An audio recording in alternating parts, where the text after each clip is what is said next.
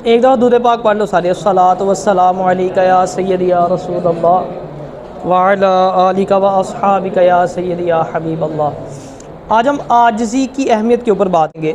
जो शख्स अल्लाह ताला की रज़ा के लिए आजिज़ी इख्तियार करता है, झुक जाता है, अल्लाह ताला उसको बुलंद कर देता है। याद रखिएगा, आजिज़ी से भरकर नेकी कोई नहीं और तकब्बुर से भरकर गुनाह कोई नहीं। जिस बंदे के दिल के अंदर राय के दाने के बराबर भी तकब्बुर होगा ना, वो जन्नत में दाखिल नहीं हो सकता। हमें चाहिए कि हम नबी अलैहिस्सलातु वस्सलाम, सहाबा और जो औलिया उनकी ज़िंदगी उठा के देखें, हमें पता चलेगा वो कितने आजिज़ थे। आजिज़ से उनकी ज़िंदगी भरी परी थी।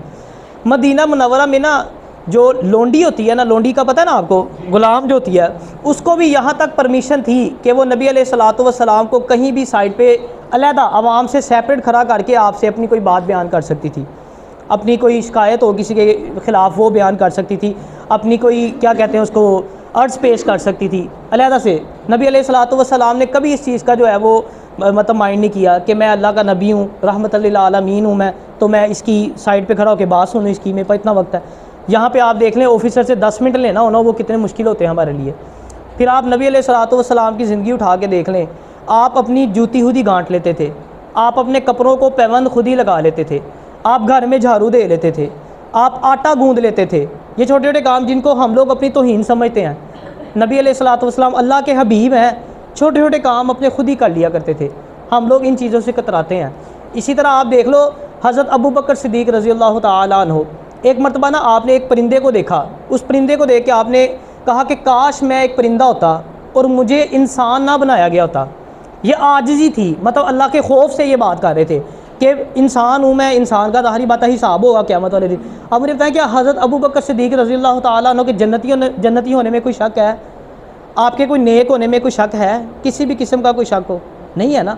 आजिज़ी थी ना, ये आपकी आजिज़ी थी। हज़रत उमर फ़ारूक रज़ी अल्लाह तआला अन्हु, आपने एक मरतबा एक दरख्त को देखा ना, तो आपने कहा काश मैं एक दरख्त होता और मुझे इसकी तरह काट दिया जाता, आजिज़ी में, कि मैं इंसान हूँ, कि मेरा हिसाब होगा, अल्लाह के हुज़ूर कैसे पेश होऊंगा।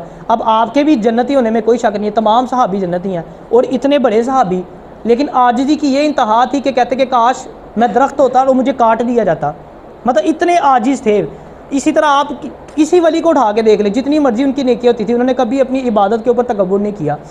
हज़रत उमर फ़ारूक रज़ी अल्लाह तआला अन्हु जब खलीफा थे ना, तो आप रात के वक्त बैठ के ना वो कुछ लिख रहे थे, पास दिया जला हुआ था और एक मेहमान पास बैठा हुआ था आपके। तो दिए में तेल जो था वो कम हो गया, दिया बुझने लग गया ना, तो वो मेहमान ने उठ के उसको ठीक करने की कोशिश की। तो हज़रत उमर फ़ारूक रज़ी अल्लाह तआला अन्हु ने इसको मना किया कि नहीं भाई, तुमने उठ के इसको ठीक नहीं करना। आप उसने पूछा, वजह पूछी, आपने कहा तुम मेरे मेहमान हो और यह मेहमान नवाजी के ख़िलाफ़ है कि मैं किसी मेहमान से खिदमत करवाऊँ। उसने कहा अच्छा मैं ग़ुलाम को उठा देता हूँ। आपने कहा नहीं नहीं, वो अभी सोया है, तुम उसको उठाओगे तो वो डिस्टर्ब होगा।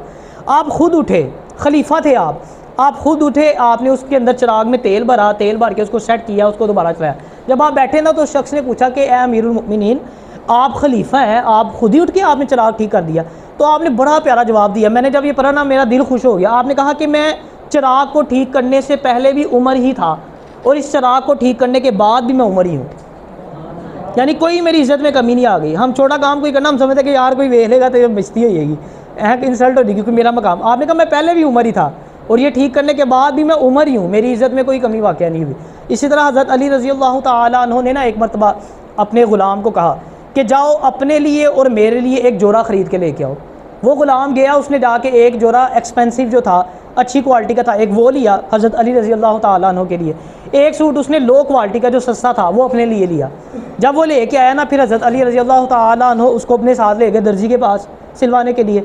वहाँ आपने जाके कहा कि ये जो महंगा वाला सूट है ना, ये मेरे ग़ुलाम के लिए सी दो, और जो सस्ता वाला सूट है वो मेरे लिए सी दो।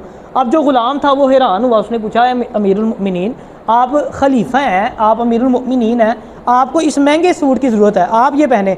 आपने कहा कि मैं अब बुरा हो चुका हूँ, तुम जवान हो, तुम्हें इस सूट की ज़्यादा ज़रूरत है। फिर वो जो महंगा सूट था वो अपने ग़ुलाम को सिलवा के दिया और सस्ता वाला सूट खुद पहना। बताने का मकसद है आजिज़ी। इसी तरह आप अल्लाह के वली उठा के देख लें। एक बुज़ुर्ग थे, वो तहज्जुद की नमाज़ पढ़ा करते थे, लेकिन अपनी बीवी से छुपाते थे। जब बीवी के उठने का टाइम होता ना, उससे पहले वो तहज्जुद पढ़ के दुआ मांग के फ्री हो जाते थे ताकि मेरी वाइफ को पता ना चले। तो अक्सर ऐसे होता था कि जब सुबह के टाइम नाश्ता बीवी ला के रखती ना सामने, वो ऐसे ही बीवी ताने में कहते थे, ताना देते हुए कि भाई आप इतने नेक हो, दाढ़ी आपने रखी है तो कभी तहज्जुद भी पढ़ लिया करो। तो वो अक्सर ताना दे दिया करती थी बीवी। तो आपने कभी आगे से ये नहीं कहा कि मैं तो रोज़ पढ़ना। तो एक रात ऐसा हुआ कि जब आप तहज्जुद के लिए खड़े हुए ना, तहज्जुद की नमाज़ पढ़े, बीवी की आँख खुल गई। तो उसने देखा कि तहज्जुद पढ़ रहे हैं। अच्छा, उनको नहीं मालूम था कि मेरी बीवी देख रही है। तहज्जुद पढ़ी, उसके बाद दुआ मांगी। अब दुआ में क्या मांग रहे हैं? दुआ कर रहे हैं कि या अल्लाह, ये जो तहज्जुद में पढ़ता हूँ ये तेरे मेरे दरमियान राज है, तू मेरा राज किसी पे ना खोलना। तो बीवी ने ये बात भी सुन ली। सुबह जब उसने नाश्ता रखा, उसने कहा जी मैंने तो आज आपको देख लिया, आप तहज्जुद भी पढ़ रहे थे और आपने ये दुआ की थी, दुआ भी मैंने सुन लिया। उन्होंने कहा वाकई तुमने दुआ भी सुनी है? उन्होंने कहा हाँ मैंने दुआ भी सुनी है। तो आपने पता क्या दुआ मांगी अल्लाह से? फिर आपने कहा या अल्लाह, मेरा राज अब खुल चुका है, अब मैं इस दुनिया में नहीं रहना चाहता, मुझे अपने पास बुला ले। तो कहते हैं उनकी रूह परवाज़ कर गई। आजिज़ी की इंतहा देखो आप यार। यहाँ पे हम 4 नमाज़ें पढ़ लेना तो हम दूसरे बंदे को अपने से हकीर समझना शुरू कर देते हैं। हम कहते हैं साढ़े तो वड्डा हाजी नमाजी कोई नहीं है। मूसा अलैहिस्सलाम, आप ना अल्लाह ताला के पास, आपको पता कलाम करने जाया करते थे। एक मरतबा आप गए ना, तो अल्लाह पाक ने कहा कि जाओ मूसा और जाके अपने से कमतर को तलाश करके लाओ। हज़रत मूसा अलैहिस्सलाम गए और सारी दुनिया छान मारी, अपने से कमतर किसी को भी ना पाया। आए खाली हाथ, कोई भी नहीं था साथ। अल्लाह पाक ने कहा मूसा आ गए हो, खाली हाथ आए हो? मूसा अलैहिस्सलाम ने कहा या अल्लाह, मैंने अपने से कमतर किसी को नहीं पाया। तो अल्लाह पाक ने फरमाया कि ए मूसा, अगर तू बकरी का बच्चा भी ले आते ना तो हम तुम्हें नबूवत से हटा देते। किसी को हकीर नहीं समझना चाहिए। अल्लाह पाक ने हर इंसान के अंदर कोई ना कोई क्वालिटी रखी हुई है। हम थोड़ी सी नेक काम करना शुरू कर देना, हम दूसरे बंदे को हकीर समझना शुरू कर देते हैं। हमारे अंदर आजिज़ी नहीं है। शेख सादी रहमतुल्लाहि ताला अलैह एक दफ़ा अपने बेटे के साथ ना तहज्जुद की नमाज़ पढ़ रहे थे। तो बेटे ने आगे से कहा कि अबू जान, आप और मैं तहज्जुद पढ़ रहे हैं, लोग जो हैं वो सोए हुए हैं। तो आपने कहा कि अगर तुमने लोगों के ऐब ही तलाश करने थे ना, तो इससे बेहतर था कि तुम सोए रहते। तो हम वही बताने का मकसद ये है ना कि थोड़ी सी नेकी कर लेना तो हम पकड़े नहीं जाते, फिर साड़ी उड़ान वेखने वाली होती है। हाँ वही ना, हाँ वो फिर अपने आप को काशफ से भी आगे समझना शुरू कर देते हैं। वो इमाम ने भी इमाम भज जाते हैं। 4 नमाज़ा की पढ़िया मसीते आगे, अगर भावें पहली भी तैयार या 4 पढ़िया हो, अगली बारी मसीते पढ़ना ही कोई नहीं।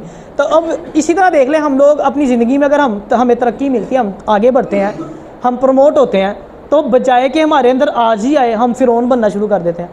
यार ऑफिसर की बात तो दूर की है, आप दफ्तरों में चले जो नायब का सी चौकीदार, छोटे मुलाजम ही नहीं मान होते। इतना गुरूर, इतना तकब्बुर, आजिज़ी है ही नहीं हमारे अंदर। तो आप किसी प्राइम मिनिस्टर की तो दूर की बात है। अब देखो नबी अलैहिस्सलाम जैसे मैंने बताया, वो औरत खड़ी जहाँ पे भी आपको खड़ा करके अपनी बात आप तक पहुँचा सकती थी। यहाँ पे प्राइम मिनिस्टर दूर की बात है, आम मिनिस्टर को किसी को ढूंढना हो तो 10 दिन चक्कर लगाओ आप, उसके बाद भी आपको नहीं मिलेगा। मतलब वक्त ही नहीं है हमारे पास, और हम देना भी नहीं चाहते। हम अपने आप को पता नहीं क्या समझना शुरू कर देते हैं। थोड़ी सी अगर हमें तरक्की मिलती है तो हम मगरूर हो जाते हैं, बजाय कि हम आजिज़ हो जाएं। और अगर आप चाहते हो ना कि आप आजिज़ हो जाओ, मतलब आपके अंदर आज ही आए, तो एक काम आपने करना है, सलाम में पहल किया करो। सलाम में पहल करने वाला गुरूर से पाक रहता है। और नबी अलैहिस्सलाम की आदत थी, आप हर बड़े छोटे जो भी होता, कोई ग़ुलाम होता, इवन उसको भी आगे बढ़ के खुद सलाम में पहल किया करते थे। हम लोग कहते हैं ना कि जो अपने से कोई बड़ा होगा उसको तो सलाम करना, छोटे को नहीं करना। जो भी आपसे बड़ा है या आपसे छोटा है, आप आगे बढ़ के सलाम करें। उसके 2 फ़ायदे होंगे, एक तो तकब्बुर से पाक हो जाएंगे, दूसरा आपके अंदर आजिज़ी आएगी। और फिर अगर आप चाहते हैं कि लोग आपसे मोहब्बत करें तो फिर आजिज़ी इख्तियार कर लो। नबी अलैहिस्सलाम ने इरशाद फरमाया, जो आजिज़ी है ना उसका फल मोहब्बत है। यानी जो बंदा आजिज़ होगा ना उसको आगे से मोहब्बत मिलेगी। बुज़ुर्ग फरमाते होते थे ना, आप कहते होते थे जो जितना फलदार दरख्त होता है ना वो उतना झुका होता है। हम जब ऊपर जा रहे होते हैं, बजाय कि हम झुकें, हमें फल लग रहा होता है ना, तरक्की कर रहे होते हैं, हमें झुकना चाहिए ना, हम उल्टा अकड़ना शुरू कर देते हैं। अकड़े तो मुर्दा होते हैं, मुर्दा अकड़ा होता है ना, जो जिंदा होता है वो तो नहीं अकड़ा होता। तो जितना फल लगता जाएगा तो नीचे जाना है आपने। मज़ीद आजिज़ी आनी चाहिए हमारे अंदर आजिज़ी इनकसारी के बजाय हमारे अंदर गुरूर आना शुरू हो जाता है, हम फ़िरौन बनना शुरू हो जाते हैं। अल्लाह ताला हमें अमल की तौफीक